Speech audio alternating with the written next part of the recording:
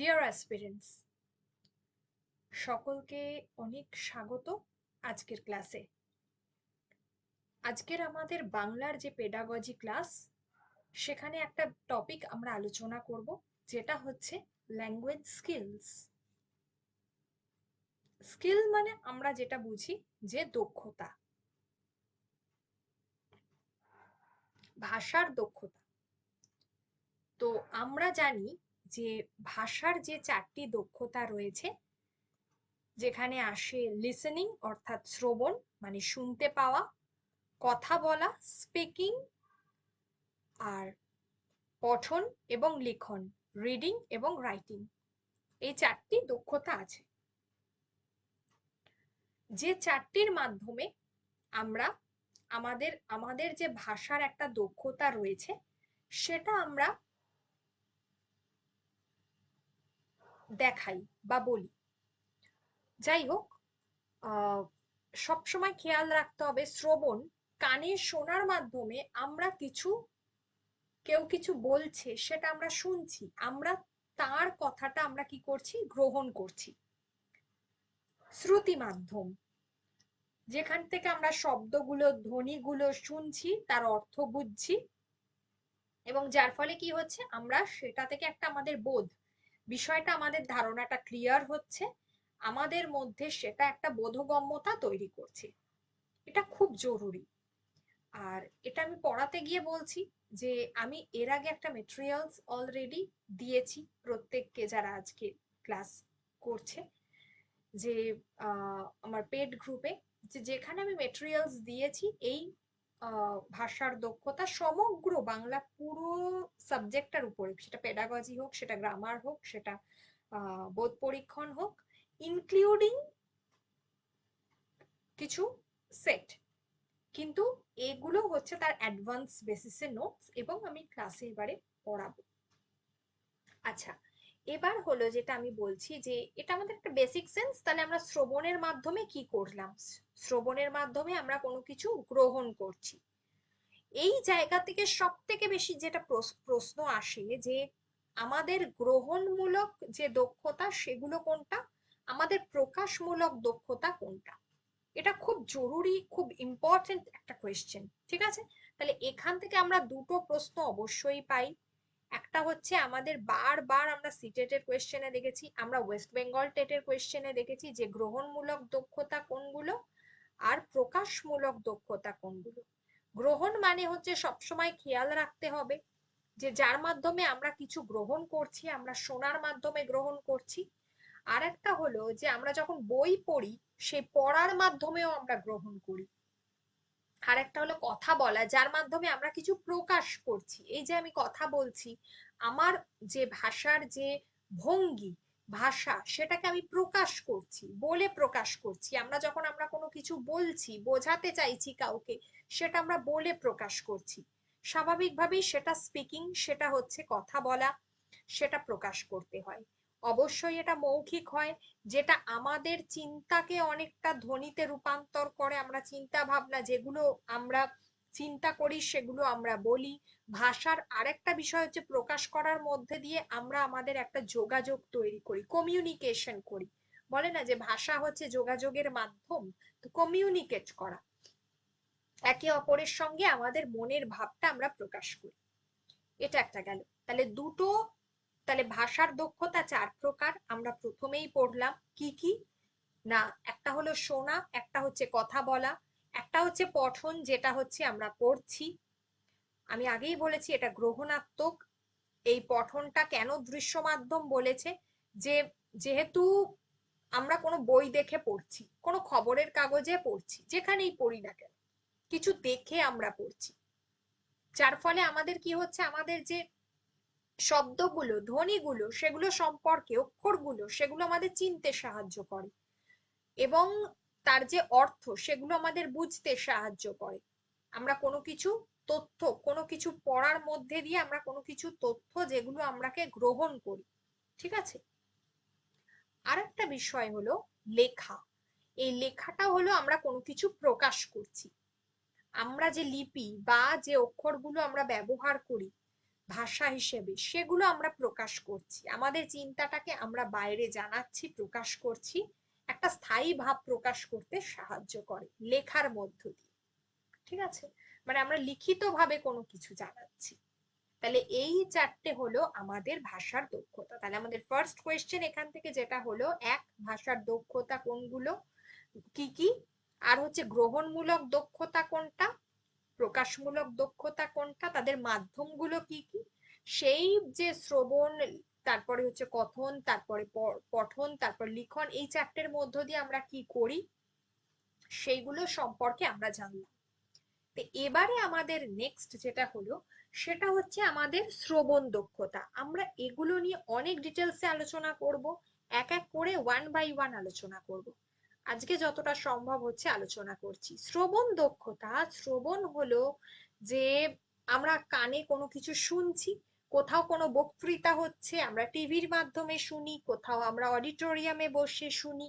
তো এগুলোর মধ্যে কেউ কিছু বলছেন সেটা আমরা শুনছি, মানে তার কথাটা আমরা, উনি কি বলতে চাইছেন, বা কোনো কিছু টিভিতে হচ্ছে, কোনো কিছু রেডিওতে হচ্ছে, যেগুলো আমরা কি করছি,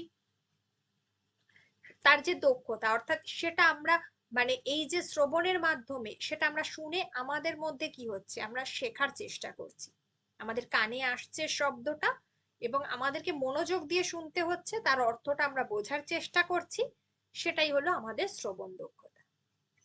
সব থেকে বড় কথা যে এই যে শ্রবণ দক্ষতা, এগুলো ছাড়াও কিন্তু যেটা হলো যে একটা আমরা ধ্বনির পার্থক্য, ফোনেটিক ডিসক্রিমিনেশন আমরা কি করতে পারি, আমরা কোনটা যুক্ত বর্ণ, কোনটা কাছাকাছি ধ্বনি, এগুলো আমাদের বোঝা, বা কোনো কিছুর আমরা বলছি জল, বল, ফল, এই যে বোঝা, এই যে মিলগুলো, এগুলো কিন্তু আমরা বুঝতে সাহায্য করে, আমরা মূল ভাবটা গ্রহণ করতে পারি। অনেকটা কথা বলে গেল, তাহলে আমরা কি করলাম, অনেক সময় আমরা হয়তো পুরোটা শুনি না, বা অনেকটা আমাদের শুনতে শুনতে বোর হয়ে যাই।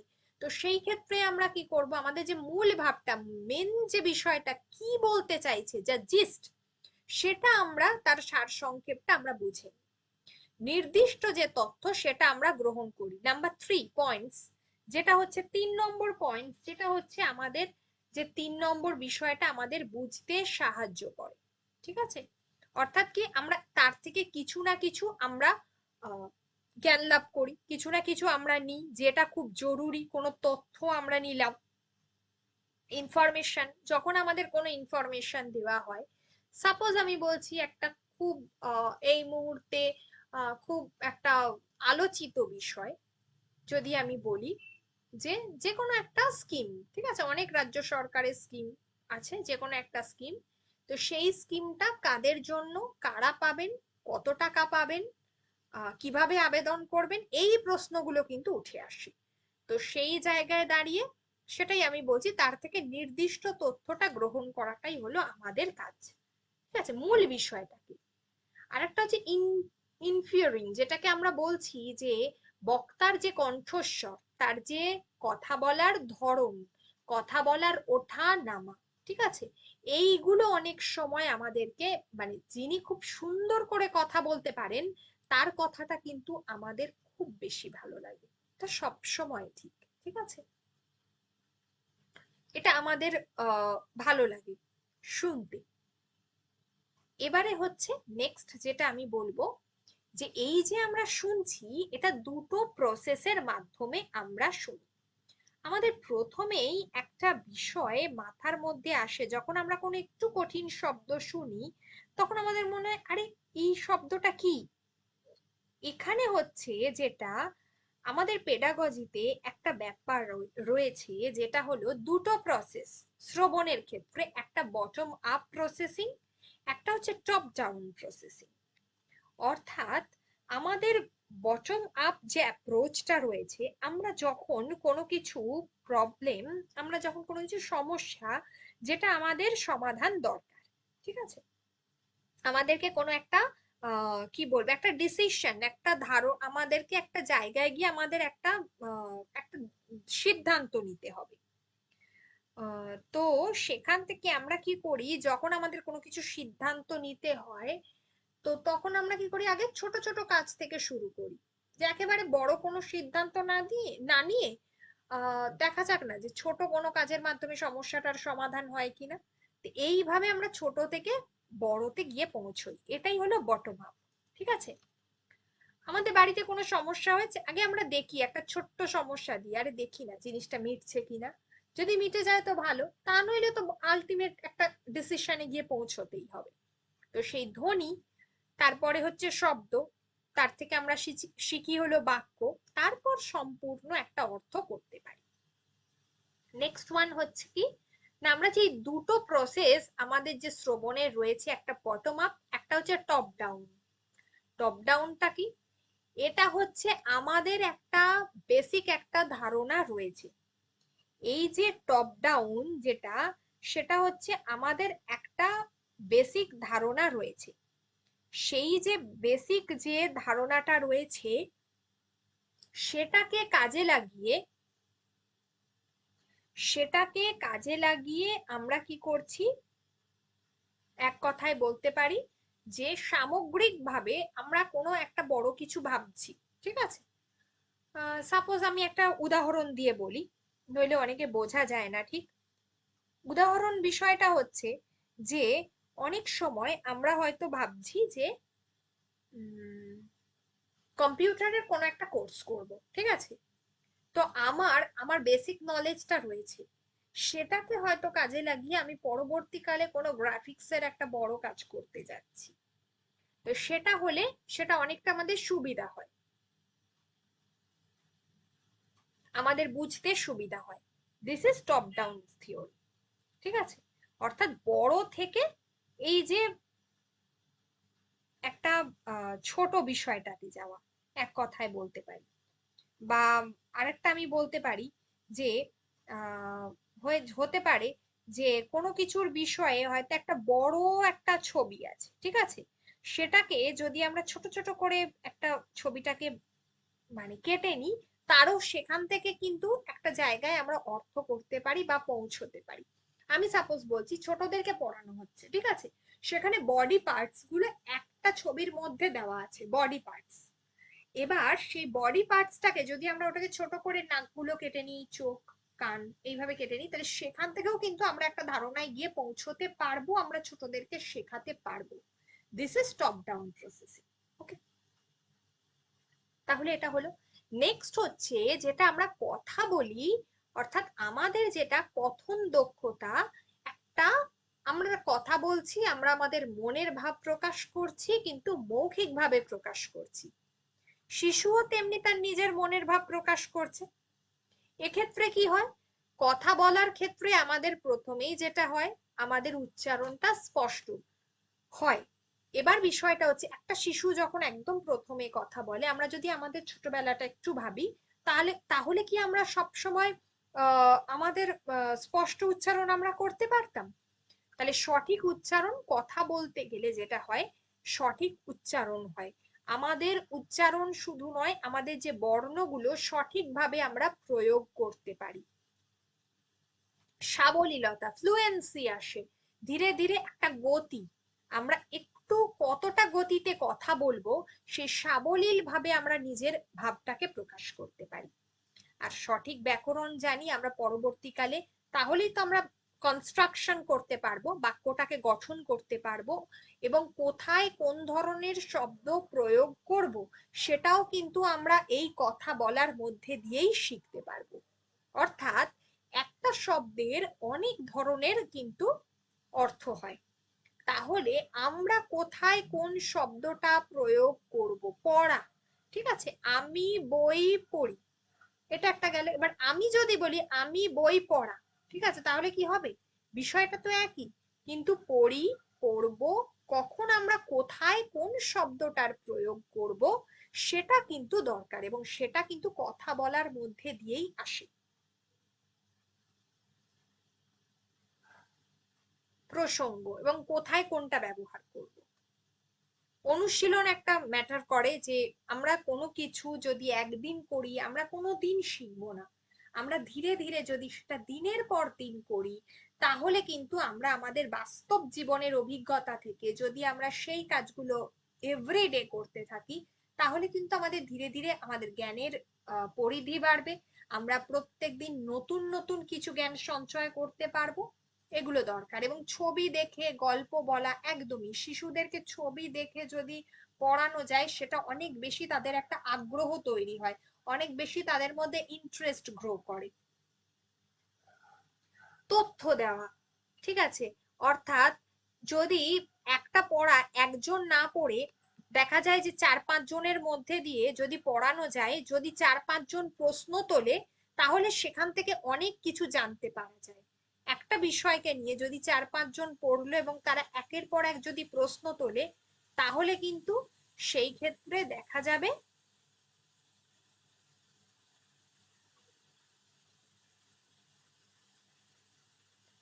সেই ক্ষেত্রে কি দেখা যাবে যে অনেক কিন্তু সেখান থেকে প্রশ্ন উঠে আসে। নেক্সট পয়েন্ট যেটা হচ্ছে সেটা হচ্ছে যে আমাদের পঠন দক্ষতা, অর্থাৎ আমরা পড়ছি, পড়ছি মানে আমরা কোনো কিছু আবার গ্রহণ করছি। অবভিয়াসলি এই পঠনের অনেকগুলো প্রকারভেদ, আমি সব ডিটেলসে পড়াবো, আমি জাস্ট আজকে একটা লিস্ট, একটা একটা আজকে একটা বেসিক জায়গা থেকে বলছি। সরব পাঠ, সরব পাঠ মানে কি? আমরা সব সময় জানি উচ্চারণ করে পড়া, শিশুরা অনেক সময় ক্লাসে রিডিং পড়ছে বইয়ের, ঠিক আছে, সঠিক উচ্চারণে পড়ছি। এবার এই সরব পাঠ পড়লে কি হয়, যে ধ্বনি এবং বর্ণর মধ্যে সম্পর্কটা বোঝাতে এটা অত্যন্ত কার্যকর। ঠিক আছে, উচ্চারণ কোথায় ভুল থাকছে কিনা সেগুলো কিন্তু পরিষ্কার হয়। তার ফলে কি হয়, আত্মবিশ্বাসটা অনেক বেশি বাড়ে। কারোর কোথাও কেউ ভুল বললো কিনা সেটা কিন্তু জানা যায়। ঠিক আছে, তার উচ্চারণ ক্লিয়ার হয়, সে শব্দটা সঠিকভাবে প্রয়োগ করছে কিনা, সঠিক উচ্চারণ করছে কিনা, সেগুলো কিন্তু অনেক বেশি ধারণাটা ক্লিয়ার। ওকে। আর নীরব পাঠ, সেটা হচ্ছে ধীরে ধীরে আমাদের যে মনে মনে আমরা পড়ি, সেটা হলো নীরব পাঠ। সাধারণত সরব পাঠ মাধ্যমিক মানে ক্লাস 8 অষ্টম শ্রেণী পর্যন্ত, প্রথম থেকে অষ্টম শ্রেণী পর্যন্ত কিন্তু আহ তারা সরব পাঠ করে থাকে। আর নীরব পাঠ হচ্ছে 9, 10, 11, 12 এই যে 4টে ক্লাস, অর্থাৎ সে যখন মাধ্যমিক এবং উচ্চ মাধ্যমিক স্তরে পড়াশোনা করে সে তখন নীরব পাঠ করে, অর্থাৎ সেই সময় আওয়াজ না করে শুধুমাত্র চোখের দৃষ্টিতে এবং মন দিয়ে পড়া। তার ফলে পড়ার গতিটা অনেক বাড়ে, অনেক বেশি অর্থ অনুধাবন হয়, শক্তিটা সাশ্রয় হয়। যেটা হলো যে আমাদের সরব পাঠ করতে গেলে সরব পাঠের ক্ষেত্রে কি হচ্ছে, আমাদের উচ্চারণ যত করছি সময়টা অনেক বেশি লাগছে, আমাদের শক্তিটা অনেক বেশি প্রয়োগ করতে হয়, এটা দরকার। নেক্সট ওয়ান যেটা আমি বলবো যে স্কিমিং। স্কিমিং আর স্ক্যানিং বিষয়টা কি? মূল বিষয়বস্তু সার সংক্ষেপ।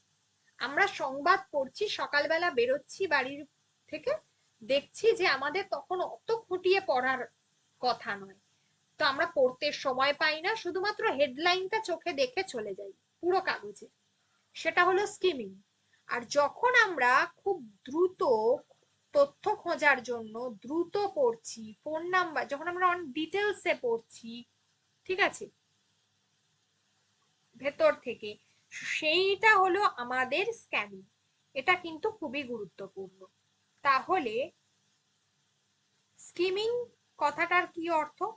স্কিমিং যখন আমরা বলছি, স্কিমিং করছি জাস্ট খুব দ্রুত কোনো কিছু আমাদের মধ্যে একটা আইডিয়া হচ্ছে, একটা সিঙ্গেল ওয়ার্ড পড়ে আমরা চলে যাচ্ছি। কিন্তু যখন আমরা স্ক্যানিংটা করছি,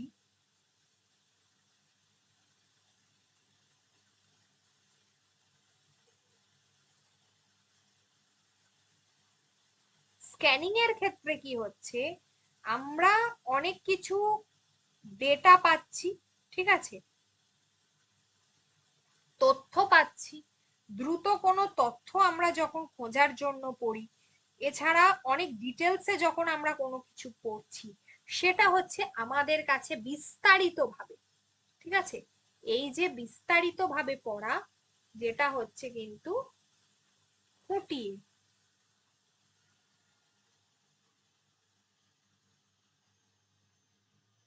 এটা হচ্ছে স্ক্যানিং। ওকে, এটা কিন্তু গুরুত্বপূর্ণ। নেক্সট হলো লিখন দক্ষতা। আগেই বলেছি লেখার মধ্যে দিয়ে এটা আমাদের একটা স্থায়ী আমরা প্রকাশ করতে পারি, প্রকাশের মাধ্যম। অবশ্যই আমাদের অক্ষরগুলো আমরা চিনতে পারি। বিষয়বস্তু আর লেখার আগে আমাদের কি করতে হয়, কোনো কিছু বিষয়, কোন বিষয়টা নিয়ে আমরা লিখছি সেটা নিয়ে আমাদের চিন্তা ভাবনা করতে হয়, ধারণা তৈরি হয়, একটা পয়েন্ট তৈরি হয়, তারপরে আমরা একটা ড্রাফট করি, অর্থাৎ খসড়া তৈরি করি, যে আমরা কি লিখবো, এক কথায় রাফ করি। ঠিক আছে, তারপরে কিন্তু সেটা আমরা লিখি, তারপরে আমরা দেখি যে আমাদের বানান ভুল হলো কিনা, আমাদের বাক্যটা ঠিকভাবে গঠন হলো কিনা, বাক্যটা আমরা ঠিকভাবে লিখলাম কিনা, আমরা আমাদের তারিখ, কমা, ফুল স্টপ এগুলো ঠিক মতো দিলাম কিনা, যেটা আমরা বলি থাকি যে বিস্ময়বোধক চিহ্ন, এই যে এগুলো ঠিক মতো দিলাম কিনা, তারপরে কিন্তু আমরা লেখাটাকে প্রকাশ করি। এটা খুব জরুরি। এবার আসি আমরা, এখনো পর্যন্ত বিভিন্ন স্কুলে আছে যে হস্তলিপি আর শ্রুতলিপি আছে। এটা তো কি না, যেটা হচ্ছে যে একটা হচ্ছে শুনে শুনে লেখা, তার ফলে কি হয়, আমাদের যদি বানান ভুল হয় তাহলে আমরা সেটাকে কারেকশন করতে পারি। ঠিক আছে, আবার অনেক সময় হস্তলিপি, যেটা আমরা বলে থাকি যে আহ আমাদের হাতের লেখা সুন্দর হচ্ছে কিনা, খারাপ, আমরা অনেক সময় দেখি যে 3 লাইনের মধ্যেই লিখতে হবে, ছোটদেরকে বলি এটা বাইরে বেরিয়ে গেলে হবে না। আর কোনো কিছু দেখে দেখে লেখা হুবহু, যে বানান ভুল করছে কিনা, এগুলো কিন্তু খুব দরকার। লেখার ক্ষেত্রে, লিখনের ক্ষেত্রে এগুলো অনুশীলন করাটা খুব দরকার। শিক্ষক বলবেন লিখতে হবে, নির্ভুল বানানে লিখতে হবে, খুব দরকার। মুক্ত লিখন, কোনো নির্দিষ্ট গণ্ডি ছাড়া শিশু কি করবে, একটা স্বাধীনভাবে গল্প, কবিতা বা অভিজ্ঞতা, একটা টপিক দিয়ে দেওয়া হলো। সাপোজ হচ্ছে যে তুমি মেলায় গিয়েছিলে, ঠিক আছে, তুমি রথের মেলায় গিয়েছিলে, কি করলে, 5টা বাক্য লেখো তো। শিশুকে তুমি বলছো, যে কোনো ক্লাস, দ্বিতীয় শ্রেণী বা তৃতীয় শ্রেণীতে, তো সে লিখছে। তো এই যে বিষয়টা, যে সে মুক্ত মনে লিখছে কোনো কিছু, ঠিক আছে, ক্রিয়েটিভ রাইটিং যেটাকে আমরা বলি। আচ্ছা, এগুলো কিন্তু খুব দরকার। এবারে আসবো যে শিক্ষার ক্ষেত্রে কিছু প্রিন্সিপালস থাকবে। কি কি সেগুলো? শিক্ষা বিজ্ঞান সংক্রান্ত বিভিন্ন নীতি, যেটা হচ্ছে সমন্বিত পদ্ধতি। এই যে 4টে দক্ষতা আমরা পড়ছি, listening, speaking, reading and writing, এই দক্ষতাকে পৃথকভাবে না পড়ে একটার সঙ্গে অন্যটা সবসময় সংযুক্ত। যদি কেউ বলে থাকে 4টে আলাদা আলাদা, না, একটার সঙ্গে আরেকটা কিন্তু জাতীয় শিক্ষানীতি বলছে 2020 সালের, একটার সঙ্গে অন্যটা কিন্তু সম্পূর্ণভাবে রিলেটেড, কো রিলেটেড। আমরা কোনোটাকে বাদ দিয়ে কোনোটা করতে পারবো না। এই জন্য মাতৃভাষা খুব গুরুত্বপূর্ণ, তাকে ব্যবহার করতে হবে। সেই কারণে স্কুলে এখন মাতৃভাষাকে গুরুত্ব দেওয়া হচ্ছে এবং তাকে পড়ানো হচ্ছে। শিক্ষার্থীরা ভাষা শেখার সময় যে ভুলগুলো করে সেগুলো কি করতে হবে, চিহ্নিত করতে হবে। এই ক্ষেত্রে বলবো যে স্টিফেন ক্রাসেনের যে একটা তত্ত্ব রয়েছে, যে শিক্ষার্থীকে তার বর্তমান দক্ষতার স্তরের চেয়ে সামান্য উচ্চমানের ভাষা পরিবেশ দিতে হবে, যাতে সে সহজে শিখতে পারে। আচ্ছা, এই ক্ষেত্রে বলবো যে এই যে কম্প্রিহেন্সিবল যে ইনপুট, যেটা আমরা বলছি, যে ক্রাসেন কি বলছেন, তিনি বলছেন যে যদি তার থেকে লো কোনো কিছু যদি আমরা শেখাই, এই যে স্টিফেন ক্রাসেন যেটা বলছেন, সেটা কিন্তু কখনোই ঠিক নয়। ঠিক আছে, যদি আমরা তাকে একটু যদি আহ তার থেকে যদি একটু বেশি কিছু আমরা যদি পড়াই, সেই ক্ষেত্রে যেটা হবে যে সেটা কিন্তু ভাষা অর্জন করতে অনেক বেশি তাকে সাহায্য করবে। ঠিক আছে, সে কিন্তু জিনিসটা আয়ত্তীকরণের ক্ষেত্রে সাহায্য করবে। তার যে মতামতটা, সেটা আয়ত্তীকরণের ক্ষেত্রে বেশি গুরুত্বপূর্ণ, অ্যাকুইজিশনের ক্ষেত্রে। আয়ত্তীকরণ যেটা আমাদের কি করতে হচ্ছে, শিখন নয়, যেটা আমাদের অটোমেটিক্যালি জন্মের পরে থাকে, ভাষার প্রথম স্তর, যেটা আমাদেরকে কি করে, আমাদের যে ভাষা সেটাকে ডেভেলপ করতে সাহায্য করে। ঠিক আছে, এবং অটোমেটিক্যালি এটা আমাদের অবচেতন মনেই কিন্তু এটা তৈরি হয়।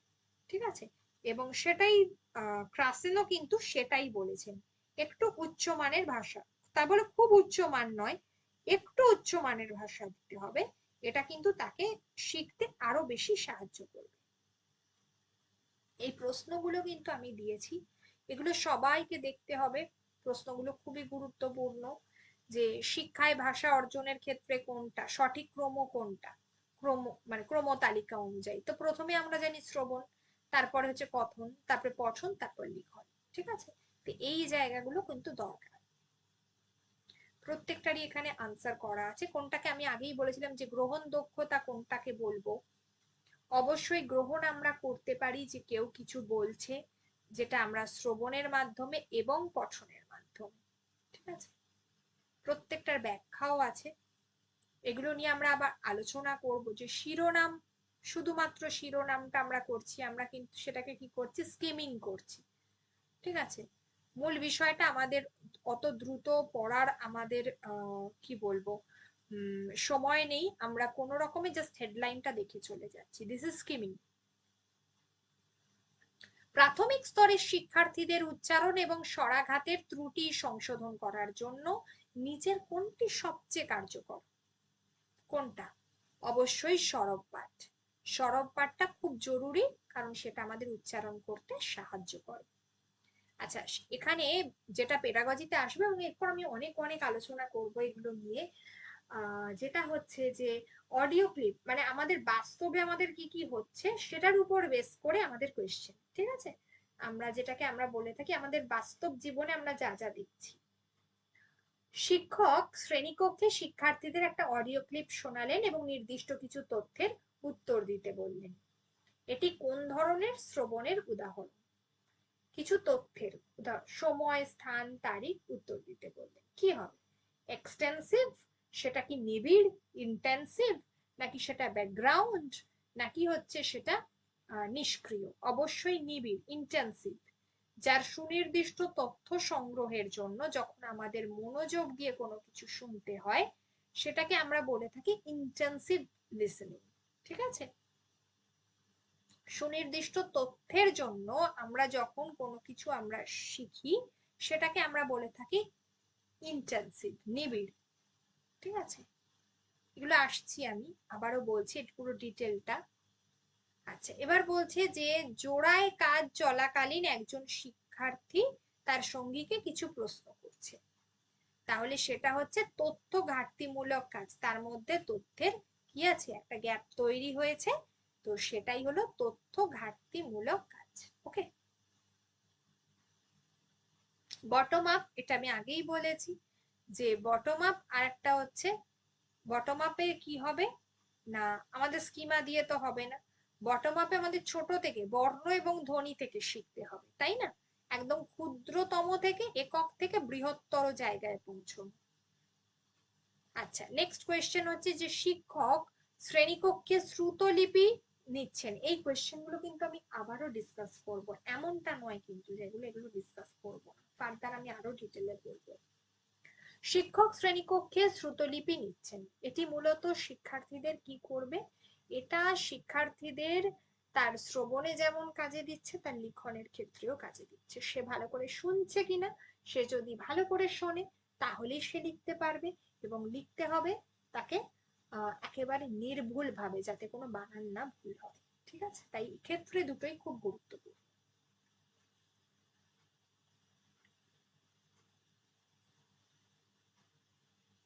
নেক্সট হচ্ছে যেটা, যে লিখনের প্রক্রিয়ামূলক দৃষ্টিভঙ্গি অনুযায়ী চূড়ান্ত খসড়া প্রকাশের ঠিক আগের ধাপ কোনটি?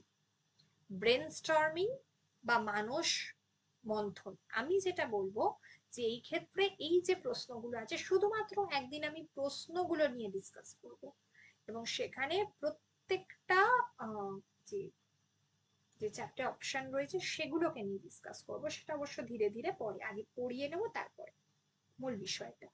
যেটা হচ্ছে যে এখানে চারটে অপশন বলেছে, যে ব্রেনস্টর্মিং, খসড়া তৈরি অর্থাৎ ড্রাফটিং, পুনরীক্ষণ বা সম্পাদনা এডিটিং, রূপরেখা তৈরি করা। ঠিক আছে, কি বলেছে প্রশ্নটা কি না, আমাদের লিখনের প্রক্রিয়ামূলক প্রসেস অ্যাপ্রোচ টু রাইটিং অনুযায়ী খসড়া প্রকাশের ঠিক আগের ধাপটা কি? খসড়া প্রকাশ আমরা কখন করি? তার আগে তো আমরা ভাবি, তাই না?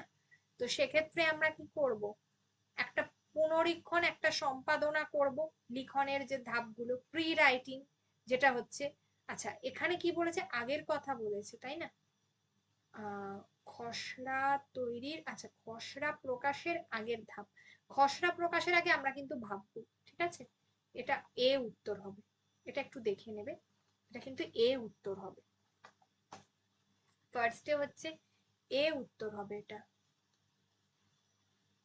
কারণ আগে আমরা ভাববো, তারপরে আমরা ড্রাফট করব, তারপরে আমরা এডিটিং করব, ভুলগুলোকে সংশোধন করব, দিয়ে লাস্ট পাবলিশিং করব। এনইপি লাস্টের কি বলছে যে 2020 সালের এনইপি ন্যাশনাল এডুকেশন পলিসি, সেখানে শ্রেণীকক্ষে ভাষা শিক্ষার ক্ষেত্রে শিক্ষার্থীদের ভুলকে কিভাবে দেখা উচিত, তাদের প্রতিবন্ধকতা একদম নয়, এটা হচ্ছে একটা স্বাভাবিক বিষয়। ভাষা শিখন প্রক্রিয়া, আমাদের যে কোনো কাজ করতে গেলেই আমাদের ভুল হয়, এটা নতুনত্ব বা এটা খুব একটা খারাপ কিছু নয়। তার অমনোযোগিতা, তার চরম প্রতিবন্ধকতা, সে জানেই না এটা তার মারাত্মক কোনো ত্রুটি, তার অমনোযোগিতা, এগুলো ভাবা যায় না, তাকে তো শাস্তি তো দেওয়াই যাবে না, পেডাগজিতে এটা একদম না, ঠিক আছে? আচ্ছা এগুলো বলেছি, এগুলো কিন্তু দেখতে হবে সবাইকে। আচ্ছা যেটা আমি বলবো এখানে এইটা, এই জায়গাটা খুব গুরুত্বপূর্ণ, হ্যাঁ, এই যে বলছে যে বৈষম্যমূলক শ্রবণ, অর্থাৎ আমার মধ্যে কিছু একটা আহ বৈষম্য রয়েছে, মানে ভাষা বোঝার ক্ষেত্রে আমি ধ্বনিটা হয়তো জানি না পার্টিকুলার, হ্যাঁ, বা বর্ণটাকে জানি না, এই যে ব, ভ, এগুলো কিন্তু আমাকে বুঝতে হবে। আমাদের মধ্যে কি হয় যে বি আর ডি, এই যে একই রকম, এই যে 6, 6 and 9, এই যে উল্টে গেল, তো এটা আমাদের চিহ্নিত করতে হবে, আমরা যাতে 6-কে 9 না করি, 9-কে 6 না করি। সিমিলারলি বি আর ডি, এটাও কিন্তু আমাদের ভুল না হয় আর কি, ঠিক আছে, সেইগুলো আর কি। তো ব আর ভয়ের মধ্যে যেন ভুল ভুল না হয়, এই যে জায়গাগুলো, সেগুলো ফাড়া প, ফ, ঠিক আছে, কোনগুলো, এটা শিশুর কিন্তু একটা ভুল হওয়ার সম্ভাবনা থাকে, সেগুলো ঠিক করতে হবে, সেটা কিন্তু শ্রবণের উপর নির্ভর করবে, ঠিক আছে? আমাদের উচ্চারণের উপর, তালবস্য, দন্তেস্ব, এগুলো উচ্চারণের উপর কোনটা কোন স। নেক্সট আসবো নিবিড় শ্রবণ, ইন্টেন্সিভ লিসেনিং, অর্থাৎ কিনা আমাদের ব্যাকরণগত কিছু নির্ভুলতা রয়েছে, নির্দিষ্ট তথ্য, স্থান, তারিখ, সংখ্যা বা নির্দিষ্ট শব্দ খোঁজার জন্য মনোযোগ সহকারে শোনা, ঠিক আছে? আমাদের একটা ব্যাকরণগত নির্ভুলতা রয়েছে, আমাদের আহ ব্যাকরণের ক্ষেত্রে আমাদের অনেক সময় কিছু ভুল হয়, নির্দিষ্ট তথ্য, স্থান, তারিখ, এগুলো আমরা খুঁজে বের করি, তার জন্য আমরা শুনি তথ্যগুলো, সেটা আমাদের ইন্টেন্সিভ লিসনিং, কোনো তথ্য খোঁজার জন্য আমরা শুনছি। আর এক্সটেন্সিভ, আনন্দের জন্য, সামগ্রিক মূল ভাব, জিস্ট, শোনার জন্য আমরা শুনছি, আমাদের মনে একটা আনন্দ এটা পেতে পারি, সেই কারণে আমরা শুনছি, তাহলে সেটা হবে এক্সটেন্সিভ লিসনিং, ব্যাপক শ্রবণ। আর সংকটমূলক, বক্তার বক্তব্যকে যুক্তি দিয়ে বিচার করা, তথ্যের খাতিরে আমরা যখন যুক্তি তর্ক হয়, যুক্তি দিয়ে তার কথাটা শুনতে চাই, সেটা হচ্ছে আমাদের ক্রিটিক্যাল লিসেনিং, ইভ্যালুয়েটিভ, বিশ্লেষণমূলক, ঠিক আছে? আর হচ্ছে এমপ্যাথেটিক, বক্তার অনুভূতি, আবেগ, তার সে যেটা বলতে চাইছে তার মধ্যে কতটা আবেগ রয়েছে, কতটা অনুভূতি, কতটা সে সুন্দর করে বলতে পারছে, সেগুলো যখন আমরা খুঁজি, সেটা হচ্ছে এমপ্যাথেটিক, যে এমপ্যাথিক যে লিসেনিং, ঠিক আছে? আর পারস্পরিক মক শ্রবণ, কথোপকথনে অংশগ্রহণ করা, পরস্পরের একটা শ্রোতাকে শোনার জন্য উপযুক্ত প্রতিক্রিয়া দিতে হয়, এগুলো খুব গুরুত্বপূর্ণ, এটা হলো পারস্পরিক মক শ্রবণ। আচ্ছা অনুধাবন করা, ঠিক আছে, বাক্যের মধ্যে টানা শব্দের মধ্যে থেকে কোনটা আলাদা করব, কোথায় থামবো, এগুলো ফোনেটিক সেগমেন্টেশন, এগুলো আমাদের শিখতে হয়। অ্যাসিমিলেশন, অনুধাবন করছি, দ্রুত কথা বলার সময় অনেক সময় কি হয়, দুটো ধ্বনি মিলে যায়, ঠিক আছে, দিয়ে একটা ধ্বনি লোপ পায়, যেমন চললাম থেকে চললাম, এটা কিন্তু আমাদেরকে বুঝে নিতে হবে, আমরা লেখার সময় এটা বলবো না।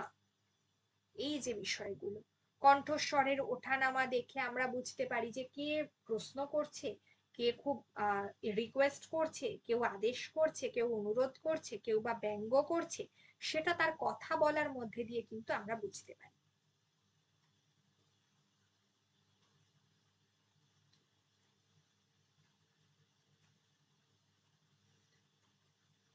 এছাড়া হলো যেগুলো আমাদের, এগুলো আগেই বলেছি, বিভিন্ন বিষয়, যে ভাষাতাত্ত্বিক দক্ষতা কোনগুলো, সামাজিক ভাষাতাত্ত্বিক দক্ষতা কি কি, ঠিক আছে, বন্ধুর সাথে কথা বলা আমাদের দক্ষতা, আমরা নিজেরা বলছি আমরা ব্যাকরণ জানি, আবার যখন আমাদের সামাজিক ভাবে মিশতে হয় সেটা আমাদের একটা ভাষা তাত্ত্বিক দক্ষতা, ঠিক আছে, এগুলো দরকার।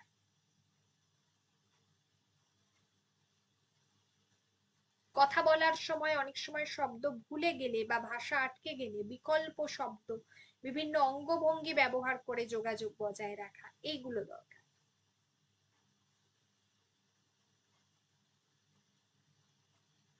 কথনের কথন, যেটা আমি আগেই বলেছি, যে ডিবেট প্যানেল ডিসকাশন করতে হবে, ইনফরমেশন গ্যাপ টাস্ক, হ্যাঁ, দুজনের মধ্যে কথা বলতে হবে, যখন কোনো গল্প হচ্ছে একটা শ্রেণীকক্ষে দুটো ভাগ করে দেওয়া গেল, ঠিক আছে, দুটো রোকে ভাগ করে দেওয়া গেল, এইভাবে আবার ডিবেট করতে হবে। এগুলো থেকে কি হয়, আমাদের চিন্তা ভাবনা দ্রুত উন্নতি ঘটে, আমরা বুঝতে সাহায্য করে, আমরা বুঝতে পারি। হুম।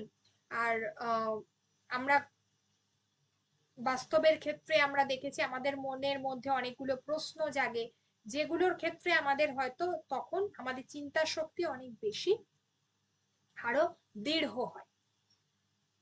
আদালতে সওয়াল জবাব চলছে, কেউ টিভিতে ইন্টারভিউ দিচ্ছে, এগুলো কি হয়, এগুলোর যে ভাষা প্রয়োগ সেগুলো কিন্তু আমাদের অনেক বেশি আমাদেরকে আমাদের কথা বলার এই যে ওঠা নামা, কখন কোন কথাটা বলতে হবে, কিভাবে বলতে হবে, কখন হাসতে হবে, হাসার সময় কিভাবে কথা বলতে হবে, দুঃখ হলে কিভাবে কথা বলতে হবে, এই যে গলার স্বরের ওঠানামা, এটা কিন্তু খুব দরকার। ক্রিয়েটিভ টেলিং বলা হয় না আজকাল, তো এইভাবেই কথা বলে যারা, আমরা বিভিন্ন রেডিও জকিদের দেখি তারা কিভাবে কথা বলছেন।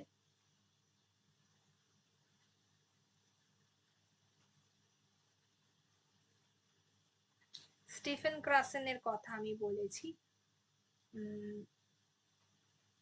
এখানে আরেকটা বলবো, হাই ফিল্টার, শিশুদের ক্ষেত্রে অনেক সময় ভয় পেয়ে গেলে তার কিন্তু কথা বন্ধ হয়ে যায়, ঠিক আছে, এটা অবশ্যই একটা মানসিক আহ বলে না, আমরা বলি না যে ট্রমা হয়েছে, ট্রমা থেকে কথা বন্ধ হয়ে যায়, তখন আবার তাকে সাইক্রিয়াটিক একটা ট্রিটমেন্টের মধ্য দিয়ে দিয়ে যেতে হয়, এবং তার ফলে কি হয়, ধীরে ধীরে তার সেটা সাময়িক আবার ফিরে আসে। এগুলো কিন্তু সেই জন্য যখন যেখানে পড়ানো সেখানে ভয় মুক্ত পরিবেশ রাখতে হবে, শিশুদের জন্য যেভাবে পড়াতে হবে সেখানে তারা যেন নির্ভয়ে তাদের মনের কথা বলতে পারে, তারা যেন টিচারকে ভয় না পায়, এই জায়গাটা ভয় মানে তারা যেন ফ্রিলি পড়তে পারে, ঠিক আছে, এগুলো খুব দরকার। বন্ধুর মতো শিক্ষক হয়ে উঠবেন, বন্ধুর মতো। ভাইক চস্কি, এখানে একটা বিষয় বলবো, যেটা হলো ভাইক চস্কি,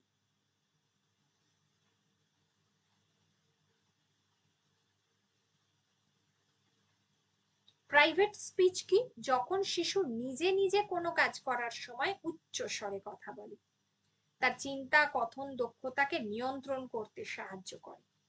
আবার অনেকেই ভেতর থেকে রূপান্তরিত হয়, ইনার স্পিচ, পরবর্তীতে এই যে প্রাইভেট স্পিচই, এটা কিভাবে উদাহরণ দিতে পারি, আমরা শিশুদেরকে কি করি, দেখি যে ওরা বিদ্যালয় স্কুল থেকে এলো, এসেই অনেক সময় ওরা কি করছে, পড়াচ্ছে, তো যখন ওরা পড়াচ্ছে, যখন নিজেদের মতো কেউ সামনে যাচ্ছে না, তখন ওরা কি করে, নিজেদের মতো জোরে জোরে, ঠিক স্কুলে যেভাবে একজন টিচার তাকে অনুকরণ করে ওরা পড়ায়, তখন কিন্তু ওরা স্বতঃস্ফূর্ত ভাবে পড়ায়, ঠিক আছে, কিন্তু যখন আমরা দেখি যে আমরা যখন যদি আমরা হঠাৎ করে কেউ ওদের সামনে চলে যাই, তখন আমরা দেখি ওদের মধ্যে কিন্তু তখন ওরা একটা নিজেদের মধ্যে গুটিয়ে নেয়, ইনার স্পিচ, ততটা জোরে আর বলে না, ঠিক আছে, এটা ওদের মধ্যে একটা ধারণা তৈরি হয়।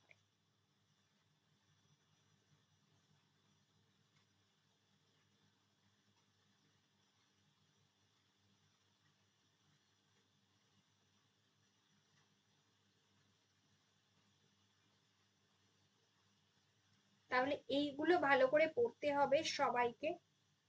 শ্রবণের ক্ষেত্রে আমি বলবো, হ্যাঁ, একটু শিক্ষক দ্রুত পড়বেন, যাতে শিক্ষার্থীরা আবার শব্দটা কিন্তু উচ্চারণ পরিষ্কার হতে হবে যাতে তারা সেটা শোনে, ঠিক আছে, অডিও শুনে তার বেসিসে উত্তর দেওয়া, যে কতটা শোনাটা কতটা ভালো হচ্ছে, এই জায়গাগুলো কিন্তু খুব দরকার, ঠিক আছে।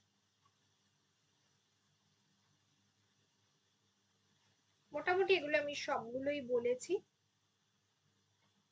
আবারও বলবো সবগুলো।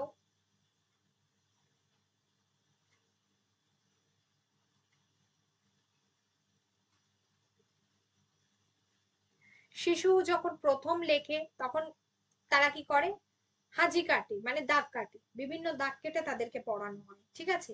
আমরা বলি না যে একদম একটা একটা স্ট্রেট লাইন, একটা হচ্ছে যে স্লটিং লাইন, এইভাবে করে করে আমরা শেখাই। তারপর একটা শব্দ তো লেখাতে শেখাই, ছোট ছোট শব্দ। আগে অক্ষরগুলো চেনাই আর কি, শব্দগুলো বলে, তারপর অক্ষরগুলো মানে ট্রেসিং করতে শেখাই, অ আ, শব্দ নয় অক্ষর, ঠিক আছে। তারপরে শব্দ শেখে এগুলো। কিন্তু যখন ওরা মুখে মুখে কথা বলে তখন কিন্তু আগে শব্দটা শেখে, তারপরে কিন্তু অক্ষর শেখে। লেখার ক্ষেত্রে আগে অক্ষরটা শেখে, ঠিক আছে। এগুলো কিন্তু মাথায় রাখতে হবে।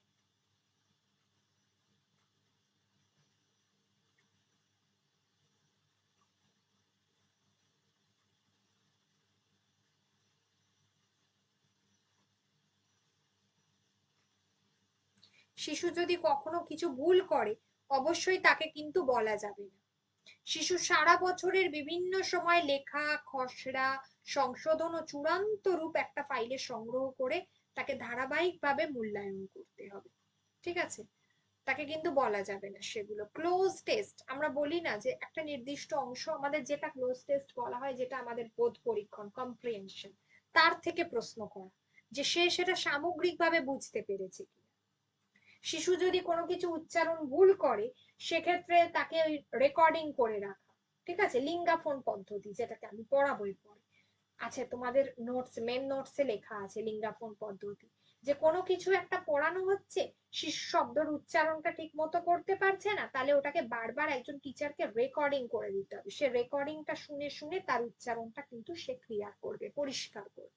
সেটা হচ্ছে এই যে মিউ রানিং রেকর্ড, বা যেটাকে আমরা লিঙ্গাফোন পদ্ধতি বলে থাকি বাংলায়। ক্লোজ টেস্টটা বললাম, অবশ্যই কম্প্রিহেনশন মানে বোধ পরীক্ষণ যেটা, ঠিক আছে। পোর্টফোলিও বলেছি, অ্যানালিটিক রুব্রিক, এর ফলে একটা ধারণার মৌলিকতা হয়, সংগঠন তৈরি করতে পারে। এগুলো দরকার, এগুলো ধীরে ধীরে শেখে, পরে শেখে, এগুলো ক্লাস 5 6 এর পরে এগুলো শেখে, ঠিক আছে। শব্দ চয়ন, ভাষার নিয়ম অর্থাৎ গ্রামার পোর্শনটা সে শিখবে, তার মধ্যে মৌলিক আইডিয়া তৈরি করতে হবে। তারপর সে পুরো ব্যাপারটাকে অর্গানাইজড করবে, মানে আমি একটা কিছু লিখতে দিয়েছি ক্রিয়েটিভ, তার মধ্যে ধারণাটা আসবে, তারপরে ব্যাপারটা সে সাজাবে, তারপর না সে শব্দ চয়ন করবে, তারপর বাক্য গঠন করবে গ্রামাটিক্যালি, এবং তারপর সে লিখবে। ঠিক এই যে পদ্ধতি, ঠিক আছে, এই পদ্ধতিটাকে আমি বলছি। ওকে। আর ডিকোড আর এনকোডের মধ্যে বিষয়টা হচ্ছে যে লিপি দেখে তার অন্তর্নিহিত অর্থটাকে বের করা, ডিকোড করা। কোনো কিছু আমরা লিপিটা দেখছি, দেখে তার অর্থটা বোঝার চেষ্টা করছি। আর এনকোড আমাদের মনের ভাব চিন্তাকে আমরা লিপির মাধ্যমে যখন দৃশ্যমান, এক কথায় আমরা বলতে পারি যে আমরা যেটা পড়ছি, পঠন একদমই তাই, যেটা আমরা পড়ছি লিপি, বইটা দেখে পড়ছি, তারপর তার অর্থটাকে আমরা প্রকাশ করছি, অর্থটাকে বের করে আনছি। আর সেটাকে আমরা যখন লিপিটাকে আমরা পড়ছি এবং সেটা লেখার মধ্যে দিয়ে যখন প্রকাশ করছি, সেটা আমাদের লিখন, ঠিক আছে, আমাদের মনের ভাবটাকে। দিস ইজ এনকোডিং, এই জায়গাগুলো দরকার। এই অবধি থাকলো। আমি আবার পরবর্তী ক্লাসে আবার আরেকটা টপিক নিয়ে আলোচনা করব, পেডাগজিরই। এটা যদি কারোর কোনো অসুবিধা হবে, যদি হয় কারোর কোনো অসুবিধা, আমাকে অবশ্যই জানাবে। সকলে খুব ভালো থাকো।